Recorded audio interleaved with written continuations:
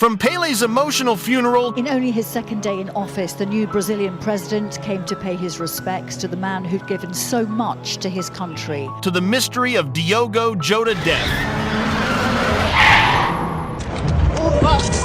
These are the most tragic football legend's death. Let's begin with the passing of the great Diego Maradona. For many fans, especially Argentines, Diego Maradona is the closest thing there is to a god of football. His skills, talent, and passion made him one of the most loved and adored footballers of all time. After hanging up his boots, Maradona didn't turn his back on the game. He regularly attended Boca Juniors Stadium to watch them play and even had his own family's VIP box. But unfortunately, he tragically passed away, leaving his daughter, fans, and friends in deep pain. As a tribute to his passing, the Boca Juniors dedicated a goal to Maradona in front of his daughter, who couldn't help but cry.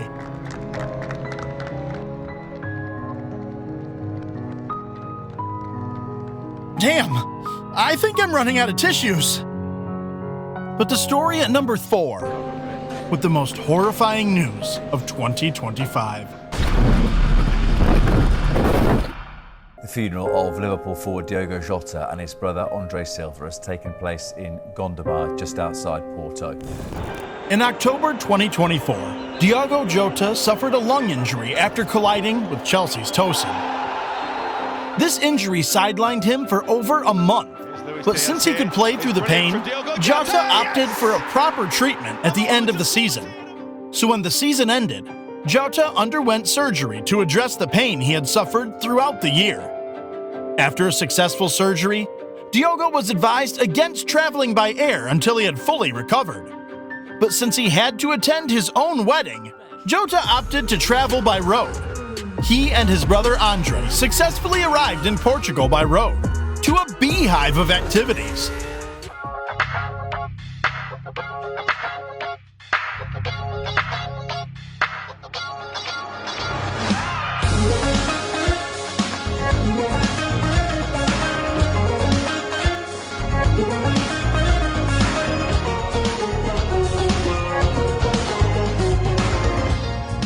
But despite this being the happiest moment of their lives, little did they know that this was the start of an endless nightmare.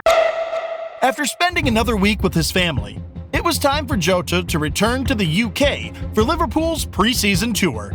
So he and his brother took their car once again to travel back. While traveling on a highway near Zamora in Spain, the tire on their Lamborghini burst while they were trying to overtake. And then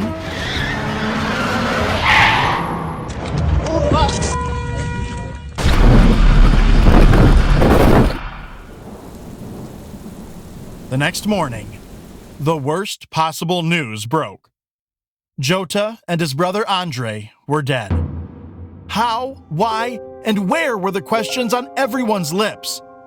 But when the images of the crash surfaced, they broke everyone's hearts. They stood no chance. The accident scene was just ash and smoke, and even the car couldn't be recognized. The tributes started flooding in. Fans gathered outside Anfield to pay their respects. Teammates, footballers, coaches, and everyone connected with football all paid their tributes to two lives tragically cut short while in their prime. Diogo was really a nice guy. And people in Liverpool, they know what I'm saying is the truth. Something really crazy. 3 kids that stay without a dad, a young woman without his husband, the parents that lose both sons. It's crazy. It's difficult to understand. For the wife, devastation.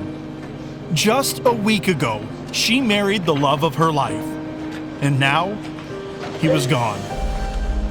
For Jota's mother, I cannot fathom the kind of pain she must be in. Losing 2 sons in such a horrifying manner is unimaginable. Out of love and respect for their player, Liverpool retired Jota's jersey number 20. They also promised to pay the remainder of his 2-year contract to his family and opened a trust fund for his children. Cristiano Ronaldo also offered to train Jota's kids up to the university level. The love, unity, and respect shown in such sad times. Really, really sad days, as you can imagine. But today was a day that we showed that we are a very, very large but close family. And everything that we receive all over the world, it means a lot.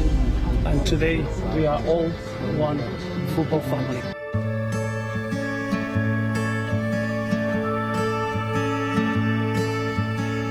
I see the crossroads coming up ahead. A choice I'll make, but haven't made yet. Why do pathways feel so threatening? I'm not crying. You are. To Jota and Andre, football will never forget you. And may your souls rest in peace. I think I'm running out of tissues. But the tears don't end here, because Colombia's fans taking football too far. After losing their opening group game of the 1994 World Cup, Captain Andreas Escobar led his teammates out, hoping to turn things around against the hosts, the USA. However, bad luck struck when John Hart's cross was turned into the net by the outstretched leg of Escobar.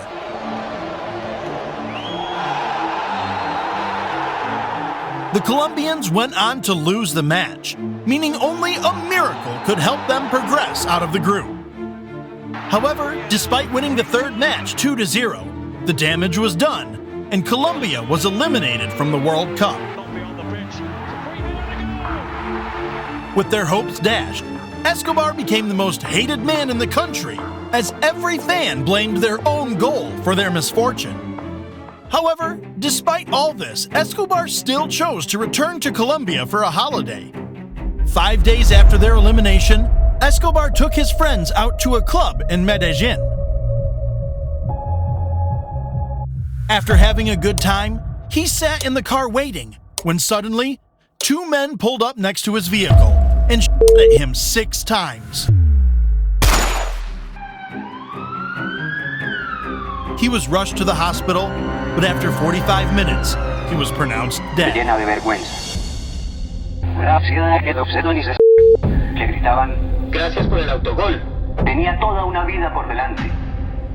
120,000 fans gathered for his funeral, angry and disgusted that a footballer's life was cut short because of an own goal. It was just starting, which can be said for Emiliano Sala's big move, which ended in tragedy.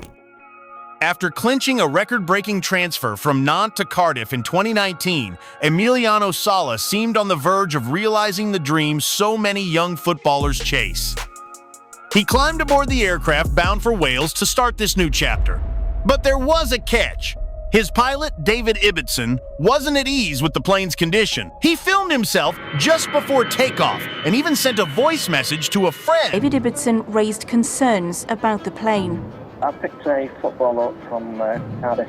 He's just been brought from Nantes. I think it's about £20 million worth or something. They've entrusted me to pick him up in a dodgy Mirage. Normally I have a life jacket in between my seats, but tomorrow we're wearing the life jacket, that's for sure. This aircraft, I think it's got to go back in the hangar. Might be your last chance to have a good old chat with me in a good old boat. Tomorrow, normally I have a life jacket.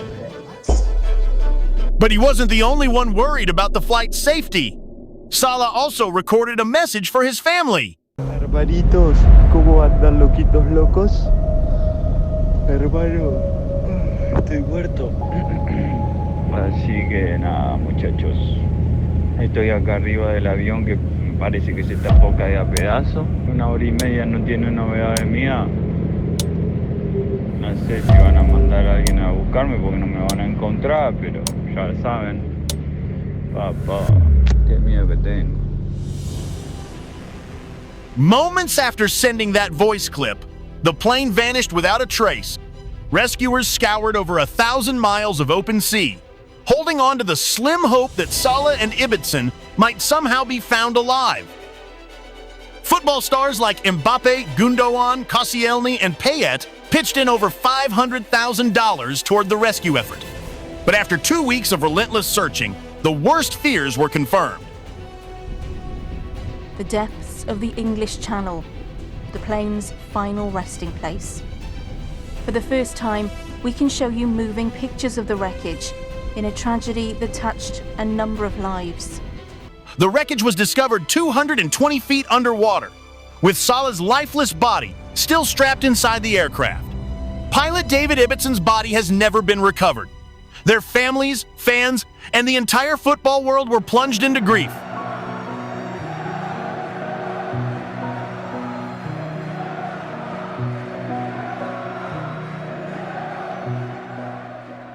But what happened to Mark-Vivien Foe plunged an entire nation into darkness.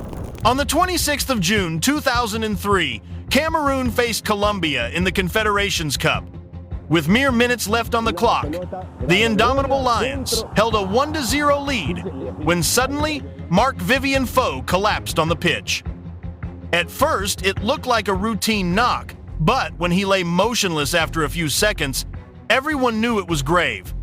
The medical team raced onto the grass, yet the terror on Foe's face was chilling.